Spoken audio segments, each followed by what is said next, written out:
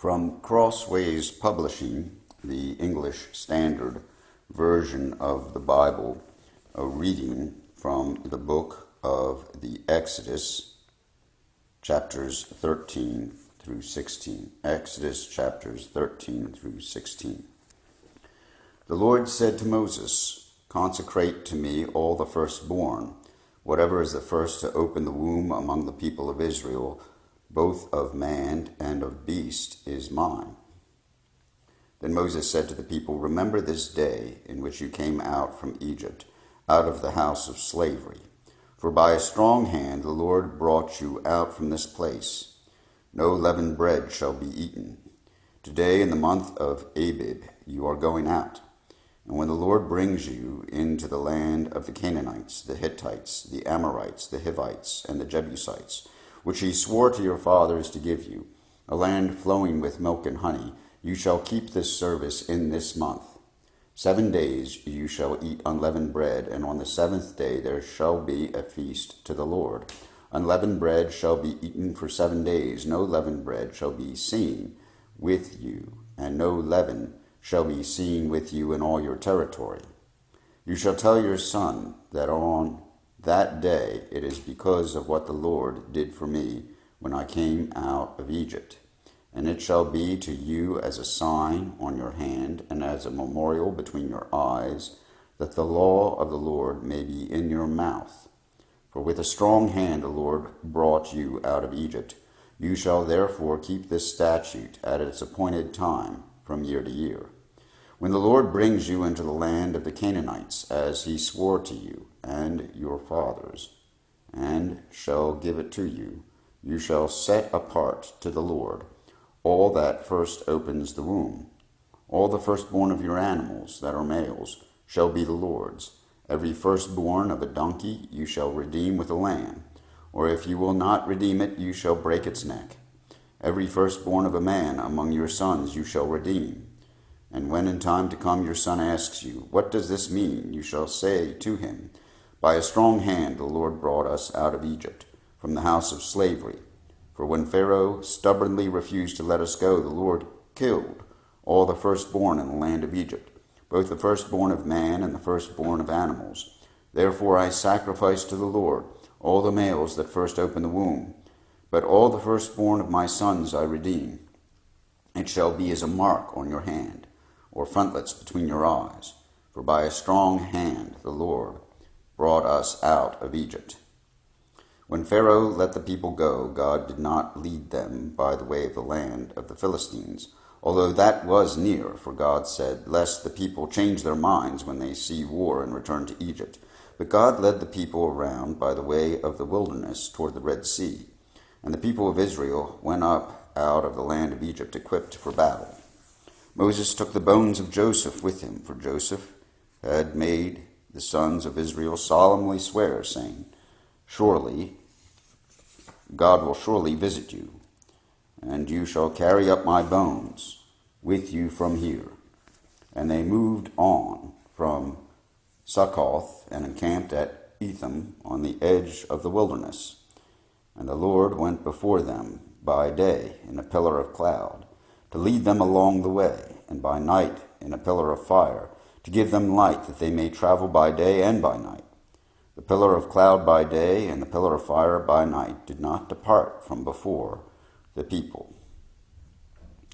Then the Lord said to Moses, "Tell the people of Israel to turn back and encamp in front of Pi Ha-Iroth, between Migdol and the sea, in front of Baal-Zephon. You shall encamp facing it by the sea. For Pharaoh will say of the people of Israel, 'They are wandering in the land, the wilderness has shut them in.' And I will harden Pharaoh's heart, and he will pursue them. And I will get glory over Pharaoh and over all his hosts, and the Egyptians shall know that I am the Lord." And they did so. When the king of Egypt was told that the people had fled, the mind of Pharaoh and his servants was changed toward the people, and they said, "What is this we have done, that we have let Israel go from serving us?" So he made ready his chariot and took his army with him, and took 600 chosen chariots, and all the other chariots of Egypt with officers, over all of them. And the Lord hardened the heart of Pharaoh king of Egypt, and he pursued the people of Israel, while the people of Israel were going out defiantly. The Egyptians pursued them, all Pharaoh's horses and chariots and his horsemen and his army, and overtook them, and encamped by the sea, by Pi-hahiroth, in front of Baal-zephon. When Pharaoh drew near, the people of Israel lifted up their eyes, and behold, the Egyptians were marching after them, and they feared greatly. And the people of Israel cried out to the Lord. They said to Moses, "Is it because there are no graves in Egypt that you have taken us away to die in the wilderness? What have you done to us by bringing us out of Egypt? Is this not what we said to you in Egypt? Leave us alone that we may serve the Egyptians, for it would have been better for us to serve the Egyptians than to die in the wilderness." And Moses said to the people, "Fear not, stand firm, and see the salvation of the Lord, which he will work for you today. For the Egyptians whom you see today you shall never see again. The Lord will fight for you, and you have only to be silent." The Lord said to Moses, "Why do you cry to me? Tell the people of Israel to go forward. Lift up your staff and stretch out your hand over the sea and divide it, that the people of Israel may go through the sea on dry ground. And I will harden the hearts of the Egyptians, so that they shall go in after them. And I will get glory over Pharaoh and all his hosts, his chariots and his horsemen. And the Egyptians shall know that I am the Lord, when I have gotten glory over Pharaoh, his chariots and his horsemen." Then the angel of God, who was going before the host of Israel, moved and went behind them, and the pillar of cloud moved from before them and stood behind them, coming between the host of Egypt and the host of Israel. And there was the cloud and the darkness, and it lit up the night, without one coming near the other all night. Then Moses stretched out his hand over the sea, and the Lord drove the sea back by a strong east wind all night, and made the sea dry land, and the waters were divided. And the people of Israel went into the midst of the sea on dry ground, the waters being a wall to them on the right hand and on their left. The Egyptians pursued and went in after them into the midst of the sea, all Pharaoh's horses, his chariots, and his horsemen. And in the morning watch, the Lord in the pillar of fire and of cloud looked down on the Egyptian forces and threw the Egyptian forces into a panic, clogging their chariot wheels so that they drove heavily. And the Egyptians said, "Let us flee from before Israel, for the Lord fights for them against the Egyptians." Then the Lord said to Moses, "Stretch out your hand over the sea, that the water may come back upon the Egyptians, upon their chariots and upon their horsemen." So Moses stretched out his hand over the sea, and the sea returned to its normal course when the morning appeared. And as the Egyptians fled into it, the Lord flew the Egyptians into the midst of the sea. The waters returned and covered the chariots and the horsemen, all the host of Pharaoh that had followed them into the sea. Not one of them remained. But the people of Israel walked on dry ground through the sea, the waters being a wall to them on their right hand and on their left. Thus the Lord saved Israel that day from the hand of the Egyptians. And Israel saw the Egyptians dead on the seashore. Israel saw the great power that the Lord used against the Egyptians. So the people feared the Lord and believed in the Lord and in his servant Moses. Then Moses and the people of Israel sang this song to the Lord, saying, "I will sing to the Lord, for he has triumphed gloriously. The horse and his rider he has thrown into the sea. The Lord is my strength and my song, and he has become my salvation. This is my God, and I will praise him, my father's God, and I will exalt him. The Lord is a man of war. The Lord is his name. Pharaoh's chariots and his hosts he cast into the sea, and his chosen officers were sunk in the Red Sea. The floods covered them. They went down into the depths like a stone. Your right hand, O Lord, glorious in power, your right hand, O Lord, shatters the enemy. In the greatness of your majesty you overthrow your adversaries. You send out your fury. It consumes them like stubble. At the blast of your nostrils the waters pile up. The floods stood up in a heap. The deeps congealed in the heart of the sea. The enemy said, I will pursue, I will overtake, I will divide the spoil. My desire shall have its fill of them. I will draw my sword, my hand shall destroy them. You blew with your wind. The sea covered them. They sank like lead in the mighty waters. Who is like you, O Lord, among the gods? Who is like you, majestic in holiness, awesome in glorious deeds, doing wonders? You stretched out your hand. The earth swallowed them. You have led in your steadfast love the people whom you have redeemed. You have guided them by your strength to your holy abode.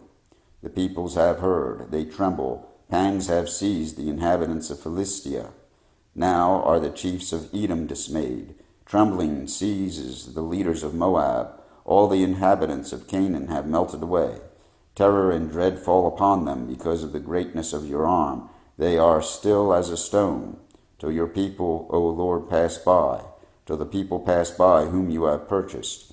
You will bring them in and plant them on your own mountain, the place, O Lord, which you have made for your abode, the sanctuary, O Lord, which your hands have established.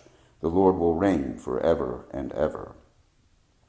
For when the horses of Pharaoh with his chariots and his horsemen went into the sea, the Lord brought back the waters of the sea upon them.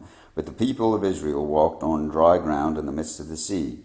Then Miriam, the prophetess, the sister of Aaron, took a tambourine in her hand. And all the women went out after her with tambourines and dancing, and Miriam sang to them, Sing to the Lord, for he has triumphed gloriously. The horse and his rider he has thrown into the sea. Then Moses made Israel set out from the Red Sea, and they went into the wilderness of Shur. They went 3 days in the wilderness and found no water. When they came to Marah, they could not drink the waters of Marah because it was bitter. Therefore it was named Marah. And the people grumbled against Moses, saying, What shall we drink? And he cried to the Lord. And the Lord showed him a log, and he threw it into the water, and the water became sweet. There the Lord made for them a statute and a rule, and there he tested them, saying, If you will diligently listen to the voice of the Lord your God, and do that which is right in his eyes, and give ear to his commandments, and keep all his statutes, I will put none of the diseases on you that I put on the Egyptians, for I am the Lord your healer. Then they came to Elim, where there were 12 springs of water, and 70 palm trees, and they encamped there by the water. They set out from Elim, and all the congregation of the people of Israel came to the wilderness of Sin, which is between Elim and Sinai, on the 15th day of the 2nd month, after they had departed from the land of Egypt. And the whole congregation of the people of Israel grumbled against Moses and Aaron in the wilderness, and the people of Israel said to them, Would that we had died by the hand of the Lord in the land of Egypt, when he sat by the meat pots and ate bread to the full, for you have brought us into this wilderness to kill this whole assembly with hunger. Then the Lord said to Moses, Behold, I am about to rain bread from heaven for you, and the people shall go out and gather a day's portion every day, that I may test them, whether they will walk in my law or not. On the 6th day, when they prepare what they bring in, it will be twice as much as they gather daily.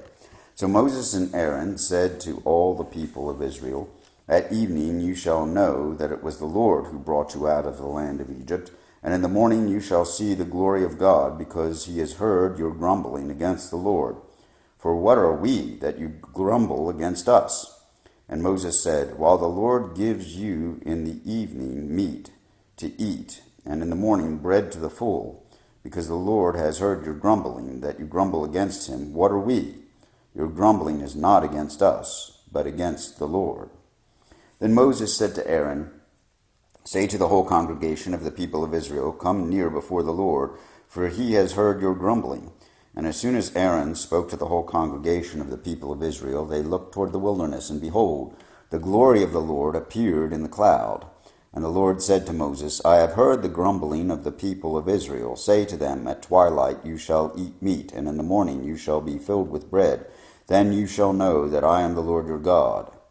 In the evening quail came up and covered the camp, and in the morning dew lay around the camp. And when the dew had gone up, there was on the face of the wilderness a fine, flake-like thing, fine as frost on the ground.